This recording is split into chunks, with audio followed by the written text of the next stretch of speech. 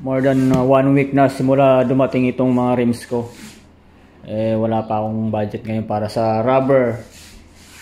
Then naisip ko na meron pala akong nakatagong kayamanan na pwede ko ibenta para makabili ako ng rubber.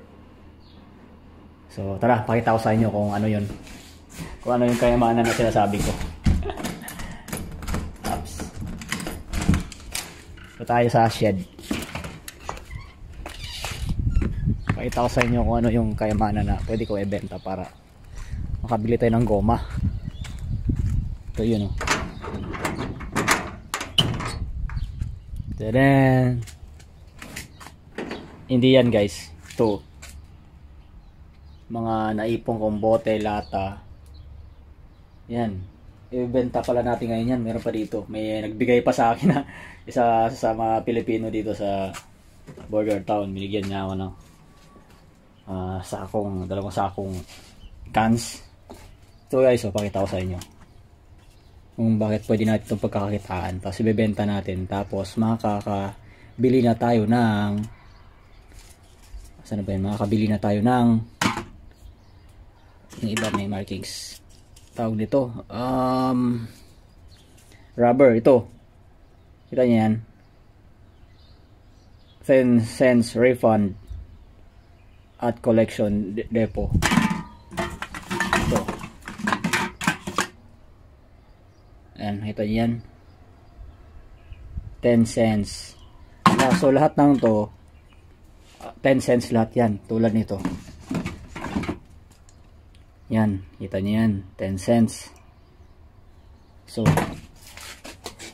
bebenta ngayon natin yan dun sa tapunan ng basura. So, may collector depot. So punta tayo dun sa depot. Tapos yan, makakuha tayo ng 10 cents each nga lang. I-segregate natin to sa isa, hiwalay yan. Tapos bibilangin ko na rin bawat. Tapos lalagay natin sa ganyan. Yan, uulitin ko pa yan kasi halo-halo yan. So dapat magkahiwa-hiwalay. Yan, ayusin muna natin yan para may sako na. Kuha lang tayo ng sako sa loob. May pera tayo ngayon, makakabili na tayo ng rubber. Ang gulong para may kabit na yung rims ko. Kaya na nga, plastic.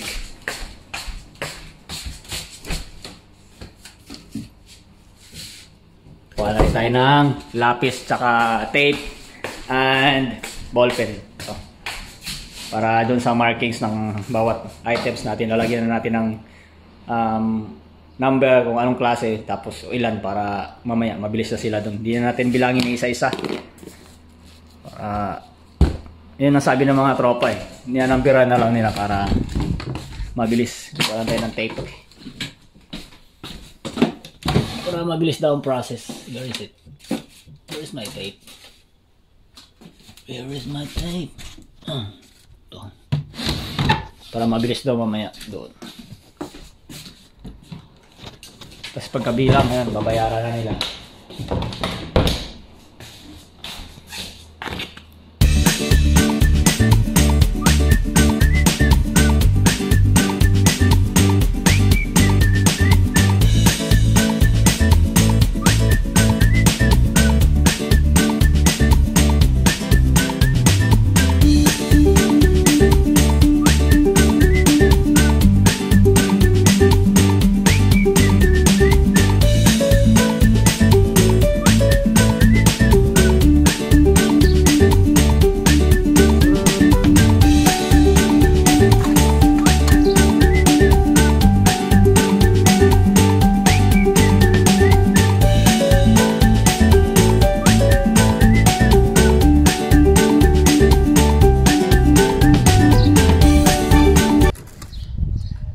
Dami. So yan lahat yung bibenta natin. So guys, ito lahat ng kakamanda natin ngayon. Isa-isayin natin yan. Tapos sama-samahin yung mga tig-isang klase bago natin lalagay sa black bag.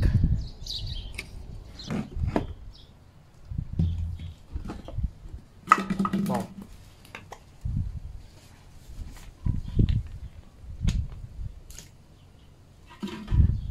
Dapat nga pala wala siyang takip. So ito hindi natin kailangan.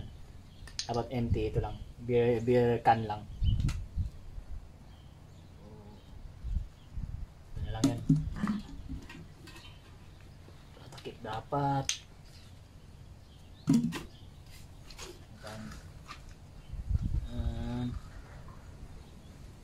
Siguro. Kasi bibilangin pa natin to isa-isa eh.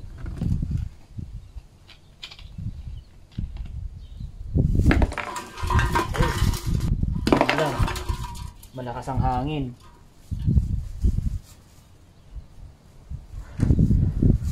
Malakas ang hangin ah. Dapat dito na tayo sa loob mag-ayos pala. Tabi mo natin tong nakabalandra na carpet. Dito tayo sa loob mag-ayos. Mahangin sa labas, kakalat yan doon. Doble trabaho ko. Pupulot. Yung pala ito. Makala na aso ah.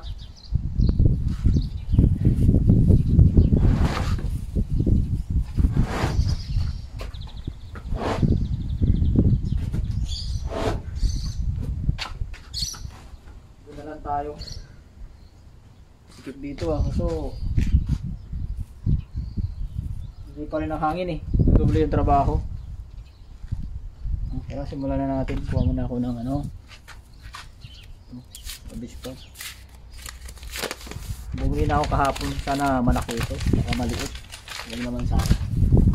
XL nakalagay. Sana malaki. Parang ay, ano siya. Sandubag. Pero mukhang malaki.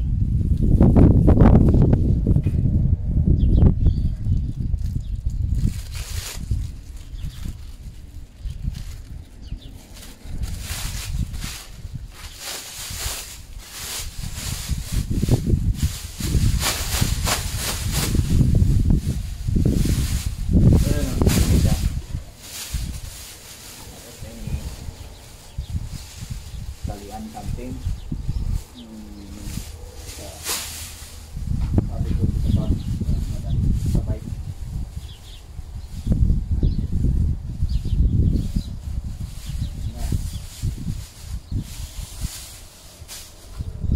Shoot na lang ako. Bilangin muna natin. Kain ko muna yung can. Para hindi magkalat lahat. So can muna tayo. Dito muna natin lahat. Lagay yung can sa flooring.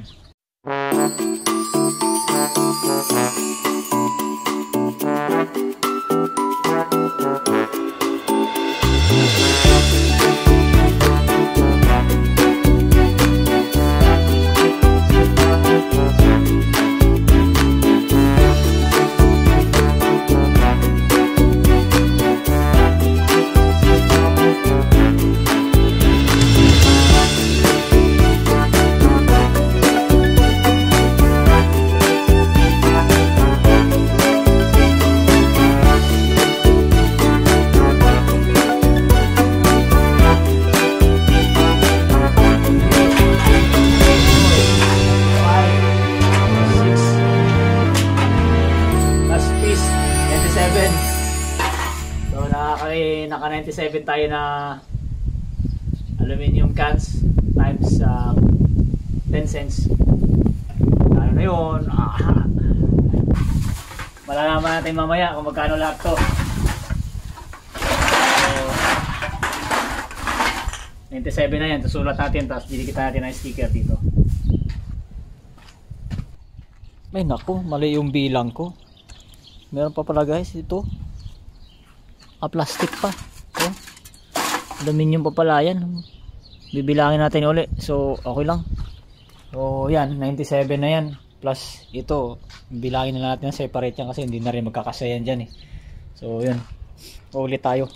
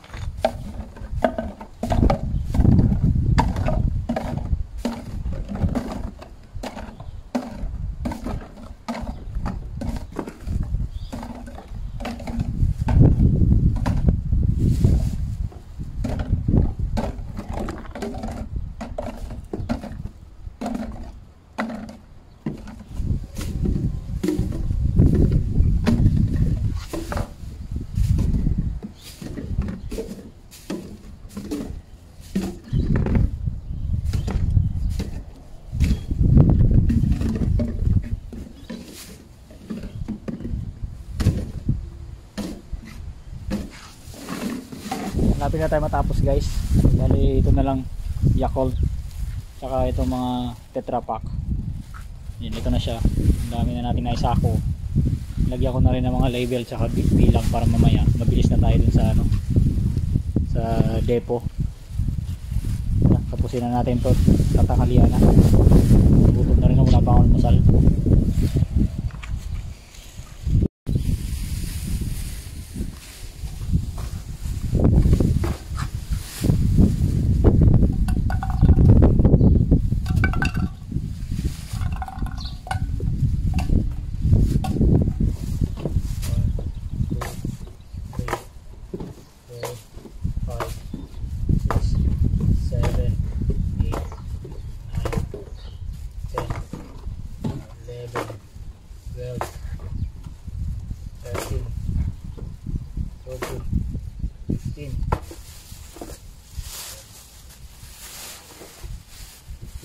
Tetra Pak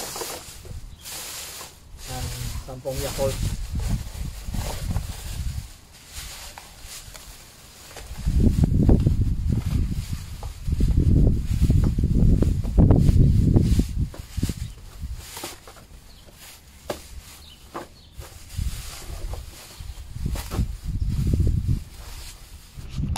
Alright, ito na yung mga nadali natin guys.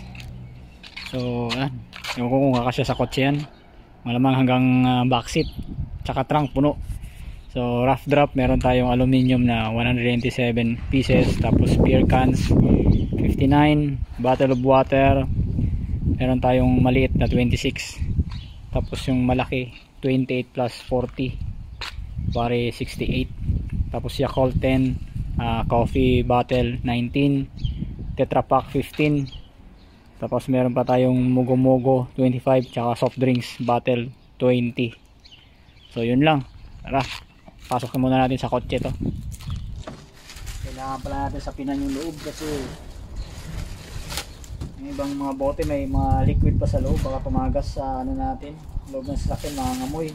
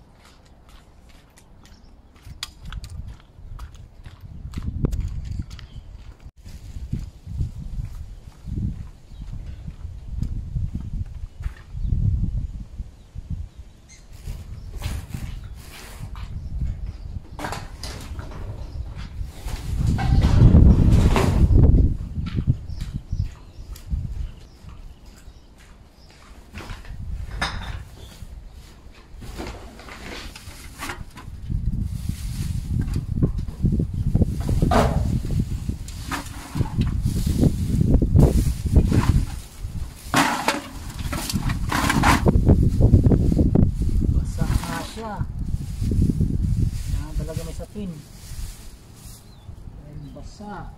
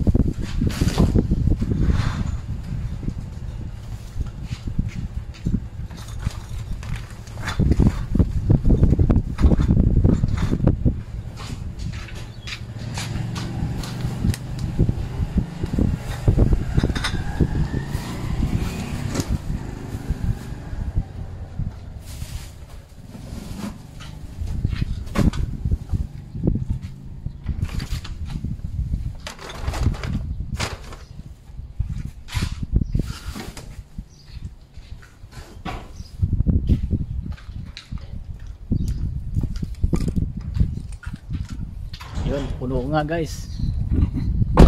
Loaded tayo.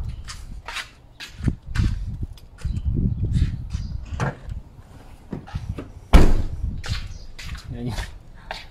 Puno hanggang likod. Tara, hatid na natin. Yan, may sara.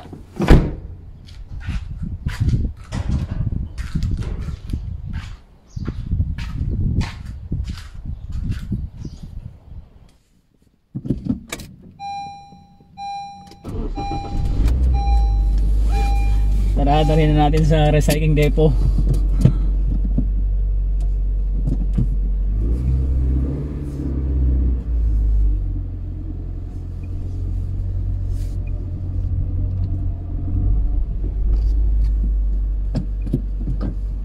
Sana malaki-laki kikitain natin ngayon para makabili na tayo ng rubber.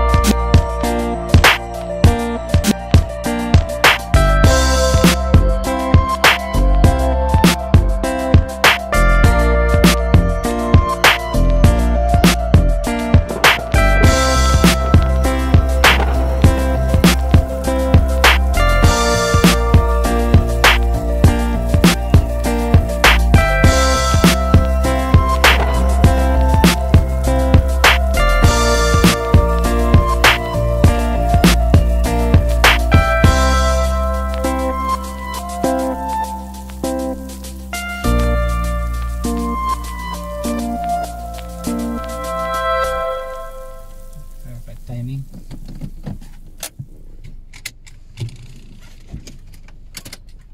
I'm not doing this back home.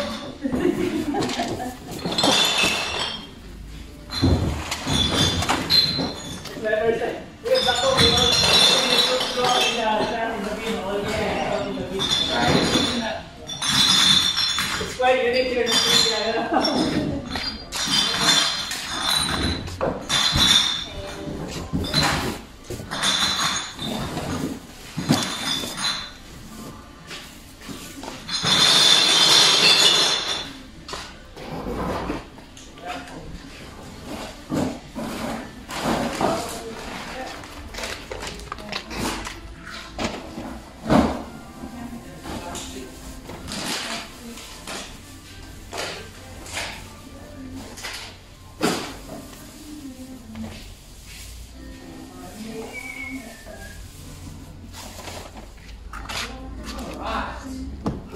Yeah, this is it.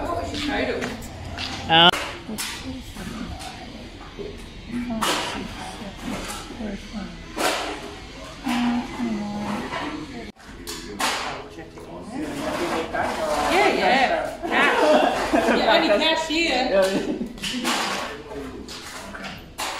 What's your next? Use what? Lovely. Thank you. Oh, nice to meet you. Yeah. Have you done so? No worries. You enjoy your time. Yeah. Right, guys. Yeah, 49 cents. Rolling daily. Yeah, that's Rowan Daily. I just nothing, just yeah. Nice to meet you too. What? My name's Jessie. Jessie? Jessie Hayes. Nice to Hello, meet you. nice to meet you.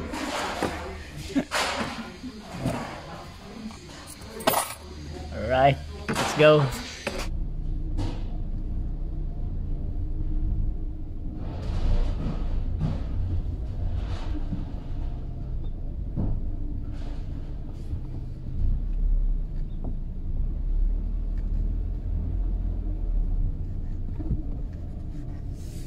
Ganda ng Subaru.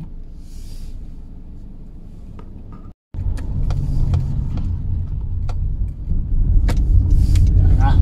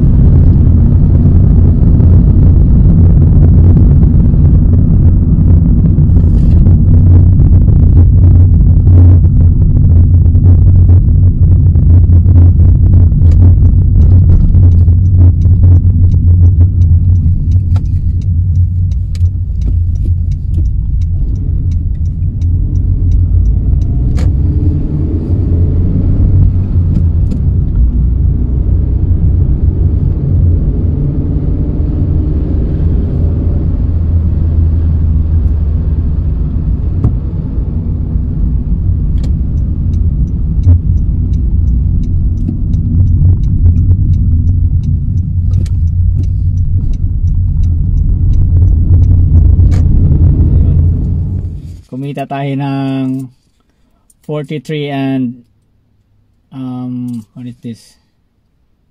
43 and 49 cents. $43 and 49 cents. Ayan. Kinita natin sa inipon natin na plastic. So, ano, itong $40 na lang, malaking bagay na to.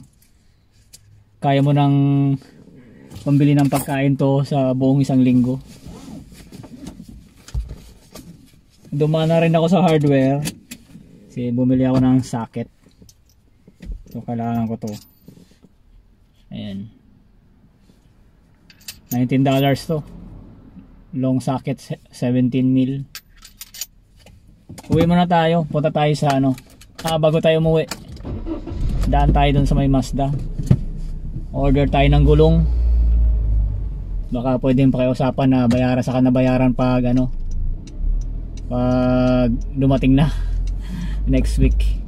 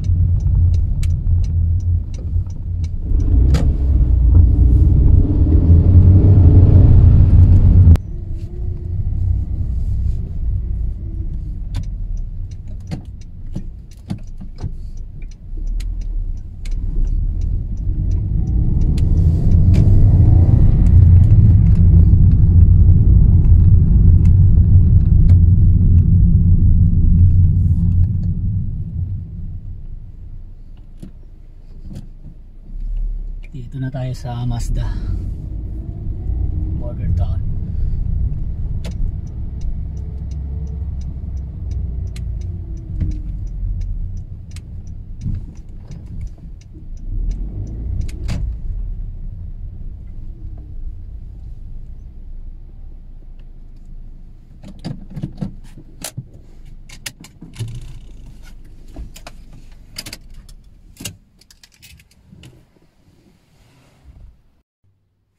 Pasok muna tayo sa loob, guys.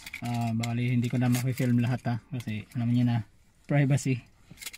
So, order lang tayo ng tire, tapos yun, sana pwede doon na bayaran pag ano, dumating na. So by next week. Tara.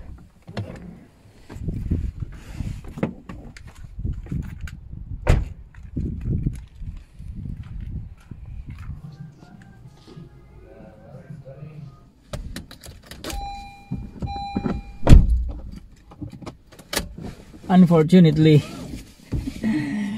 Ano ba naman yan, yung ano, Toyo tire, yung stock nila sa warehouse, dalawa na lang.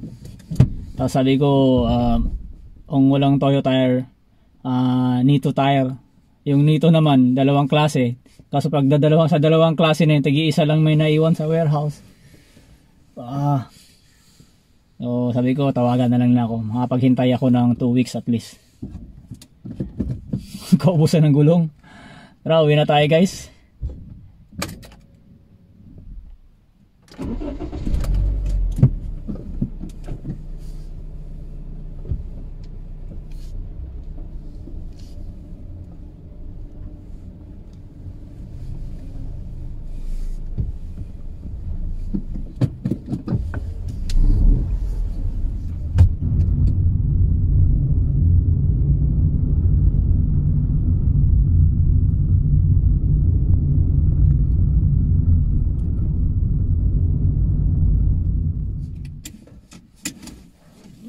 Alright, nakauwi na tayo. Salamat. Lord, thank you. Kumita na naman si Rowan. Oh. Guys, salamat sa panonood. Sana tinapos niyo yung video. Tsaka kung tinapos niyo, please give me a like, subscribe, and of course, see you next time. See you soon sa aking mga gagawin pa na videos. Marami pa. Pag nagkaroon tayo ng time, gagawa tayo para sa inyo. Yun, see you next time. Bye-bye.